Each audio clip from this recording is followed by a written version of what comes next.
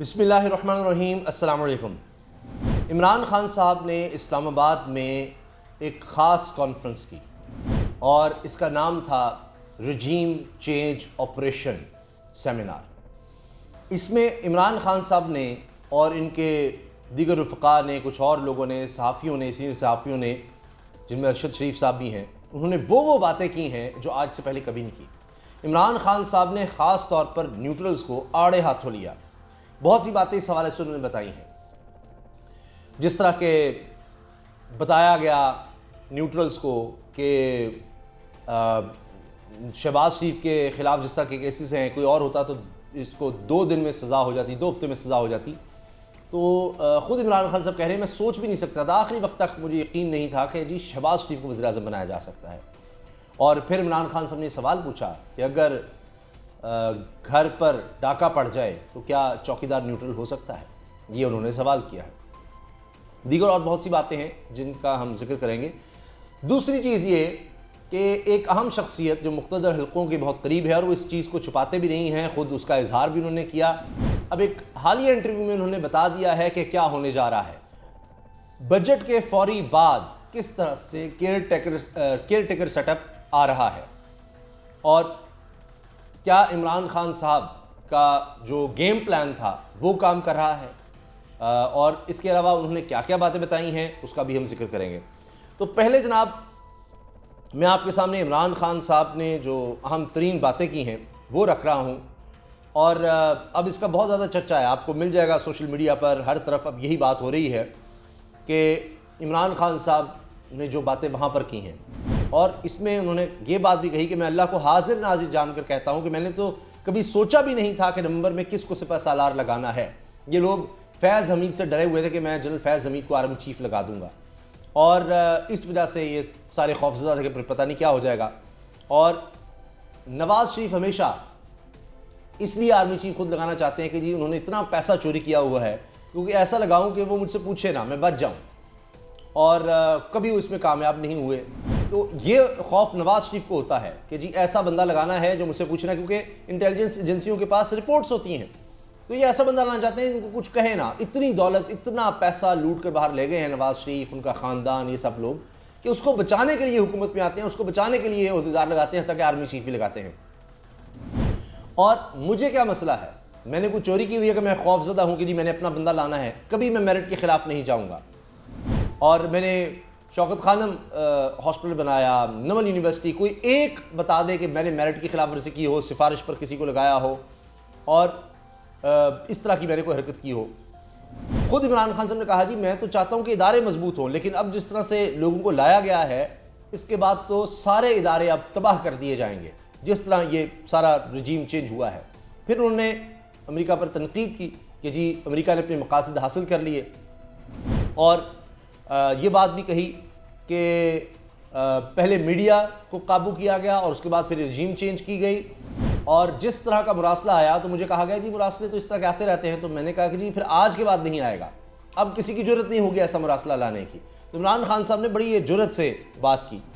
उन्होंने कहा कि मैं अमेरिका मुखालिफ नहीं हूँ, चाहता हूँ टिशू पेपर की तरह इस्तेमाल ना करें, कि हम अपने मफाद को देखें, अमेरिका या किसी और के मफाद को ना देखें कि उनके लिए क्या है। हमने $20 अरब लिए, $150 अरब का हमने नुकसान किया। वो जो नजम सेठी साहब कह रहे हैं जी $20 अरब मिले थे मुशर्रफ दौर में, अब भी हमें अड्डे दे देने चाहिए, तो उसका इमरान खान साहब ने जवाब दिया है कि जी ये चाहते हैं अब ये रजीम चेंज के थ्रू जी इसराइल को तस्लीम किया जाए, भारत की बालादस्ती तस्लीम की जाए, कश्मीर को हम भूल जाएँ, फ़लस्तीन को भूल जाए। जिस दिन हमने फ़लस्तीन के मसले पर कॉम्प्रोमाइज़ किया तो कश्मीर का सारा मसला ख़त्म हो जाएगा, सारा हम केस लूज़ कर देंगे। फिर इमरान खान साहब ने कहा जी मुझे मुरासले पर बहुत तकलीफ़ हुई। फिर इससे ज़्यादा तकलीफ़ ये बात हुई कि चोरों को हम पर मुसलत कर दिया गया है, 60% काबीना ज़मानत पर है, इससे बड़ी तौहीन क्या हो सकती है। और कभी सोच भी नहीं सकता था कि ऐसे शख्स को वज़ीर-ए-आज़म लगाया जाएगा। 16 अरब का उन पर केस है, ओपन एंड शट केस है, बेटी के नाम पर नवाज शरीफ ने जायदादें बनाई हुई हैं, इसके तो अपने नाम है। जिस मुल्क में राजा रियाज अपोजिशन लीडर होगा वहाँ समझ लेंगे जी पार्लियामेंट ही ख़त्म हो चुकी है। तो इस तरह आपने पंजाब में देखा। फिर इलेक्शन कमीशन का उन्होंने कहा कि जी ये सब मिली भगत से हो रहा है।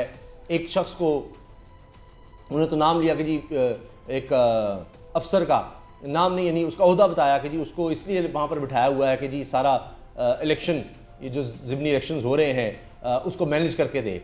और हमज़ा शहबाज जो है वो किसी तरह से वज़ीर आला रहे, ये सारा उसको सुपुर्द कर दिया गया है एक आला अफसर को। तो अब आप देखिए कि ये सब कुछ हो रहा है। इमरान खान साहब ने फिर खुर्रम दस्तगीर का जिक्र किया कि जी इन्होंने अपने केसेस से बचना था, करप्शन केसेस को दबाना था। खुर्रम दस्तगीर ने ख़ुद इस चीज़ का एतराफ़ कर लिया है और इसलिए अब ये मुल्क में मुसल्लत होकर सिर्फ तबाही करेंगे और कुछ नहीं करेंगे। तो ये सब बातें उन्होंने कही हैं न्यूट्रल्स के हवाले से। फिर असद उमर साहब ने बहुत सी सख्त बयान दे दिया कि जी उनको भी सोचना चाहिए कि जी आप हमेशा यही करते रहे, ताकतवरों के लिए पैगाम है कि कौम बदल चुकी है, आप भी बदलें।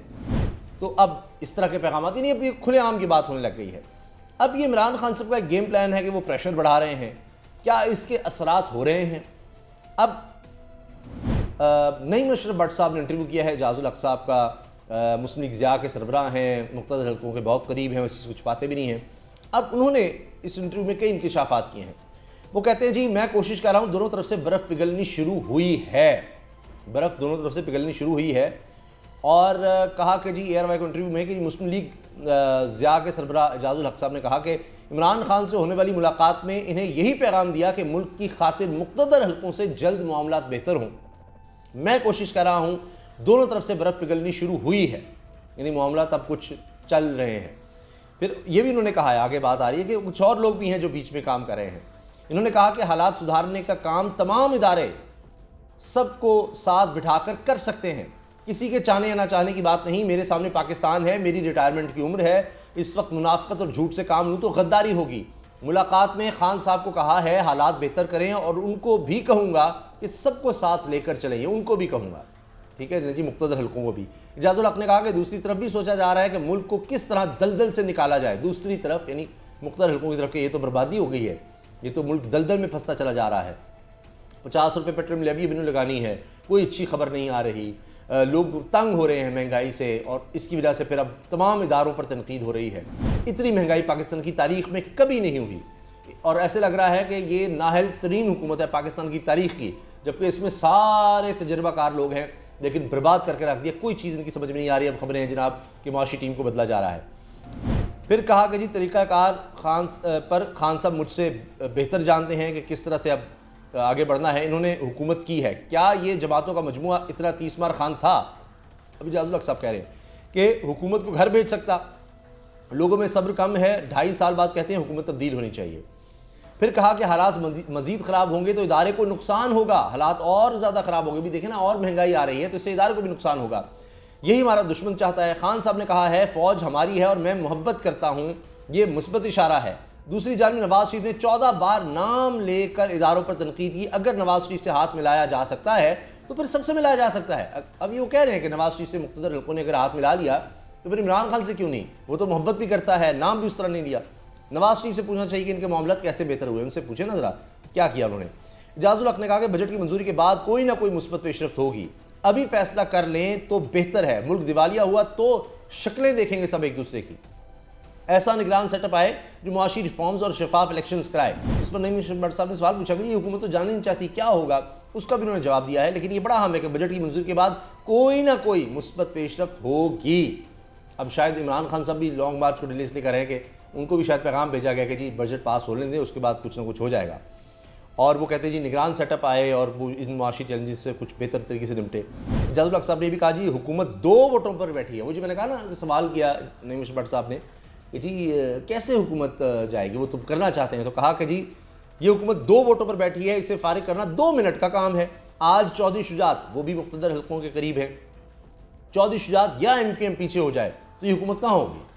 अब आप समझ लें, इशारा ही काफ़ी है, आप सब समझते हैं। अक्टूबर में इंतखाबात हो जाए तो बेहतर है या नवंबर में भी हो सकते हैं। ये बातें ख्वाजा आसिफ या दीगर कुछ मुस्लिम लीग नून के लोग भी कर चुके हैं अक्टूबर की। अब वही बात कि जी अपना बंदा लगाना है, अपना बंदा लगाना है, वही ख्वाहिशाती के मुल्क का बेड़ा गर्क कर दिया। सरबराह ज़िया लीग ने कहा कि अपने इदारे का एहतराम करता हूँ, तनकीद हो तो तकलीफ़ होती है। अब ये फ़ौज को अपना इदारा कह रहे हैं कि उस पर तनकीद होती है तो तकलीफ़ होती है। खान साहब के और भी ज़राए हैं जिनके ज़रिए बात हो रही है। मैंने कहा ना कि एजाजुल हक साहब ही नहीं, कुछ और लोग भी हैं जो बीच में हैं जिनके ज़रिए ये बातचीत का अमल जारी है। अच्छा जी, फिर कहते हैं कि जी जिनके ज़रिए बात हो रही है, दोस्तों ने बताया, हुकूमत ने अच्छा वो और लोग भी हैं जिनके ज़रिए बात हो रही है। एजाजुल हक साहब ने कहा जी दोस्तों ने बताया हुकूमत ने IB को मेरे पीछे लगा रखा है कि इमरान खान से मिलके क्यों आए हो, ये क्या पैगाम दे रहा है, किसका क्या पैगाम पहुंचा रहा है। शहबाज शरीफ बड़े परेशान है इस बात पे। एजाजुल हक ने बताया कि इमरान खान से पेशावर में होने वाली मुलाकात के बाद आईबी ने फ़ोन टेप करना शुरू कर दिए। जब हुकूमत में खुद एतमादी नहीं होगी तो फिर ऐसे काम तो करेंगे। हो सकता है कि इस वक्त मेरे घर के बाहर भी कोई मेरी जासूसी कर रहा हो। तो इतनी तो एक कमज़ोर हुकूमत है, इतनी खौफजदा है कि एजाजुल हक जनाब क्या पैगाम पहुँचा रहा है, क्या कर रहा है, किस वक्त हमारी छुट्टी होने वाली है, क्या है, हमें क्या पैगाम दिया जा रहा है। तो जो हुकूमत अपने बलबूते पर हो या कुछ करके दिखाए तो इतनी खौफजदा शायद ना हो। इजाज़त दीजिए, अल्लाह हाफ़िज़।